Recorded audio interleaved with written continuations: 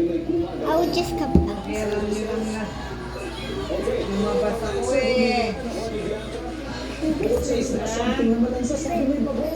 Narinig mo, Josie? Nasagot? Kami seke. Goodbye, bulak. Bulak. Bawda. Hello. Katedral na gabi. Ay may malaking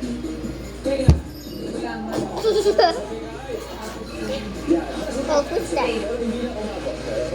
Ibig na lang tumayo. Sino to? Silil ba yun? Ta.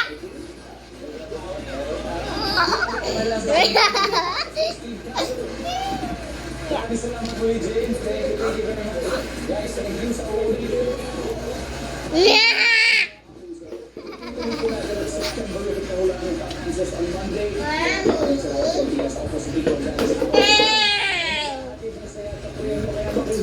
Ben, ano pa kaingay?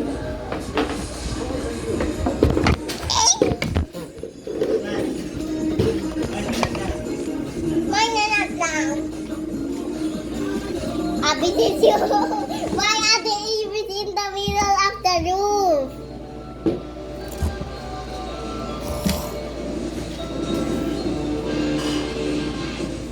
Alice Guo, pinakukulong sa Pasig City Jail.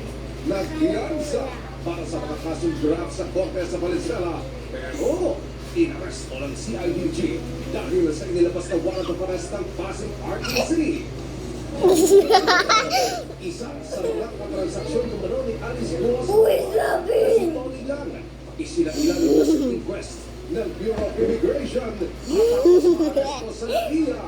10 hektaryang I'm gonna come back. If you laugh, I will kill you. Mayroon ding pogo. Low pressure area sa October. Isa ng bagyo. Saan magpapaulan ngayong weekend.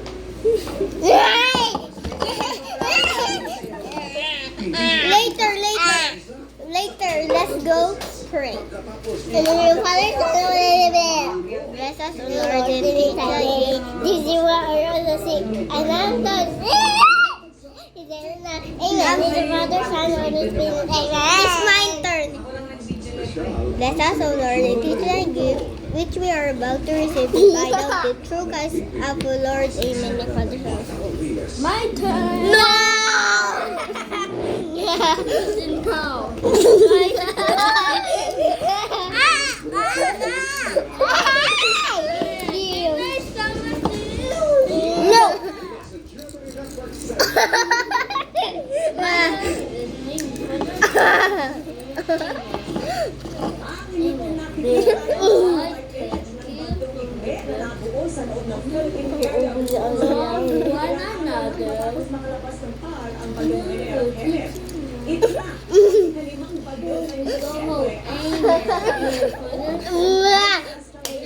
Kuya, it's break time.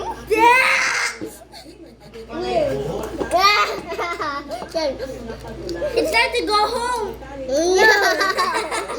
Guys, to go home. Lalabas na tayo. Magandang gabi po, Luzon, Visayas, at Mindanao.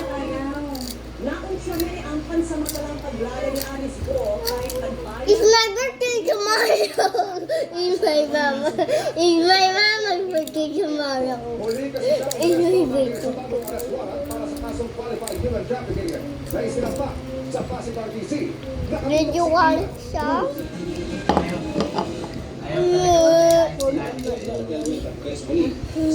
Parang may lumilipad. na mabilis ipinasok sa Valenzuela Hall of Justice bilang bahagi ng mahigpit na seguridad. Hala, where's your bowl?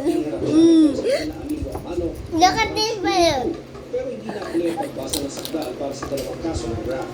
May nakabindin kasing motion to Nadaya, puso ko. I want to eat Oreo! Oreo, I want to eat Oreo. Ang kalat mo naman kumain. Kailangan ng piling ng abogado ni Guo. Ano? Siyempre, sa Pilipinas Center sa Anya. Kasi sinabi si Go.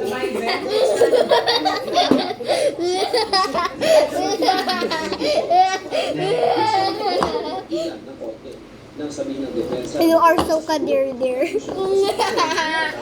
Pagpupol ang baby ko. Sa bansa, kaya nahuli sa Indonesia.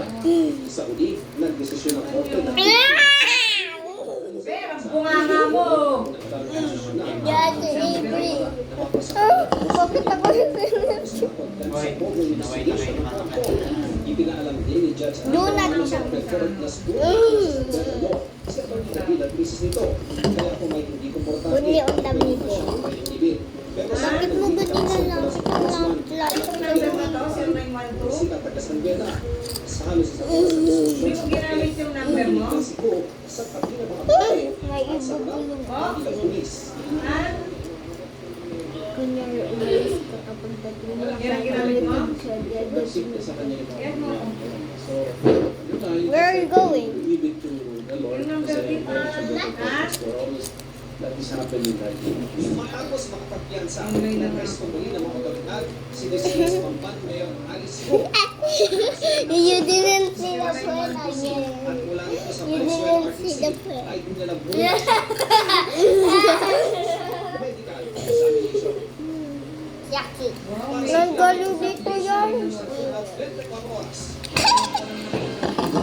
Meow. Bakit mo ganun lalapit? Wait lang, may plano ako. No one will die. Kanina ay nakahandaan na ang selda niya sa Pasig City Jail Female Dormitory. At nakatutok live si Sandra Aznaw. Sandra. That's all. Yes, Vicky. Management and Technology na tanggapin si Miss Mayor Alice Go dito sa kanilang pasilidad sa Pasig City. Pasig City Dormitory, inihahanda na ang selda para kay Alice Go at meron na rin ang espasyo para matulugan niya. Nagsalanda sila matapos mag-arrest warrant at commitment order ang Pasig Regional Trial Court Branch 467 para kay Go. Mami, wait. Sabihin mo ulit yung sinabi mo. Qualified trafficking. Inutusan ng korte ang NCRC IDG Custodial Facility Laksa mo. na ilipat Ang asim.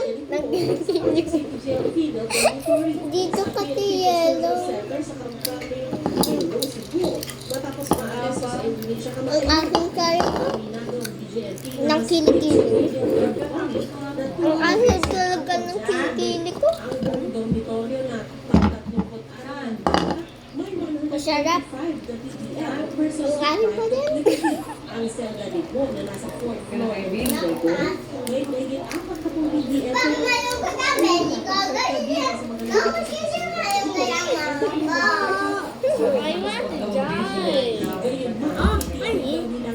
No!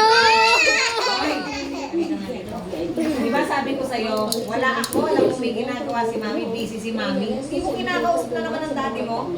na nakadetain sa Tarlac Provincial Jail sa Tarlac City, pinalilipat ng korte sa Pasig City Jail. Sobra na naman, ha? Nandito po ang pinaparapalang kaso. Nakatakda ang pre-trial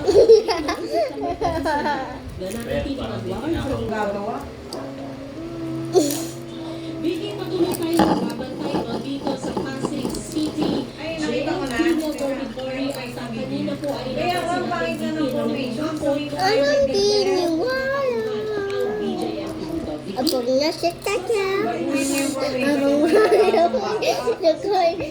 Mami, kaya. Sabi mo yung yan. Ay, ayaw ko yan.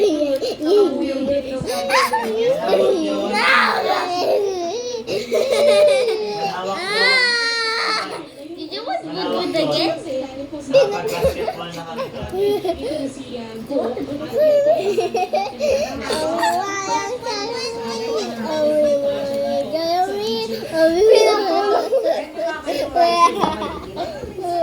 Sabi niya, oh, you're not moving, Ryzen.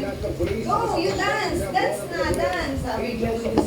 Abang wala tayo. Abang ka. And also your only us. Number.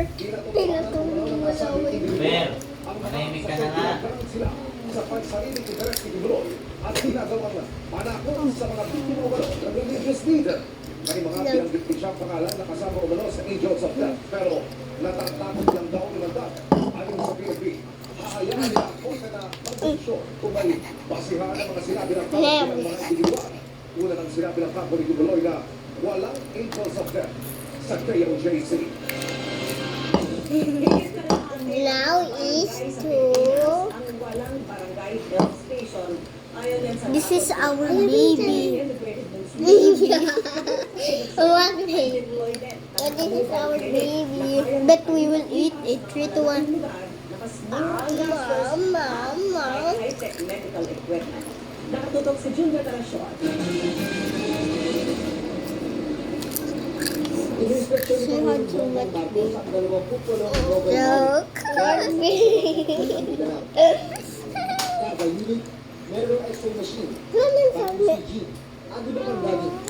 At kaya magpunta sa mga sila Naman na sabi matulog siya. sabi na tatatat. Yamin sabi na tatatat na baby. Naman sabi. Nakatingin ako dito ang bakit. Lalo na marami ang walang medical record.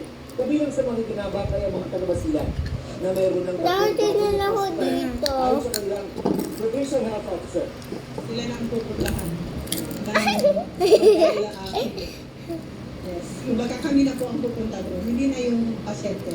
Maraming bagay lalo marami ang umaasa mula sa mga barangay health station na mayroon lang isa kada halos 5,000 tao sa buong Pilipinas. Kung pasuri sila ng mobile clinic, mas magkakadang sa mga mga sakit na meron tulad ng diabetes, tuberculosis at sakit sa puso. Kaya naman ang mga unit na isa-isa para sa dahil naman nabigyan ng mobile clinic ang mga probinsya sa Visayas. Mas mura ito kasi nagtatayo ako ng barangay health center. I'll just go Na wala somewhere. namang tao, wala namang gamit, wala namang... So, baka ito ang pagkakas natin. Babayan natin. Mga gamot at mga test. Nagpasalamat din ang Pangulo kay First Lady Lisa Arneta Marcos dahil sa kanyang programang Lab for All. Sabi may medical laboratory na hindi umano ginastos ng gobyerno at tumatakbo sa tulong daw ng mga kaibigan ng Uy, bakit may First Lady. Coco Crunch? Napakapalag ko rin. Yung pangkasama ko, talagang pareho ang pag-iisip, pareho pag-iisip sa bansa. Napakagita lang pala ko mga ba't ko rin sa tabi bilang banyo. Para sa GMA Integrating News. So, nakatutok 24 oras. Only the one of them. May kumikira pa rin price freeze. Apektado ng bagyong kanila at ang Hulyo. Natanggap ka ng mga hiling na pagtaas presyo. Nakatutok si Bon Aquino. Para hindi masusunod ang umiiral na price freeze sa Metro Manila, nag-instruction sa farmers market ang State Department at Quezon City officials. Tinignan nila ang presyo ng baboy, baka at bigas. Kinumusta rin ang presyo ng mga dilatang gata sa pagkita sa grocery store sa mall. That's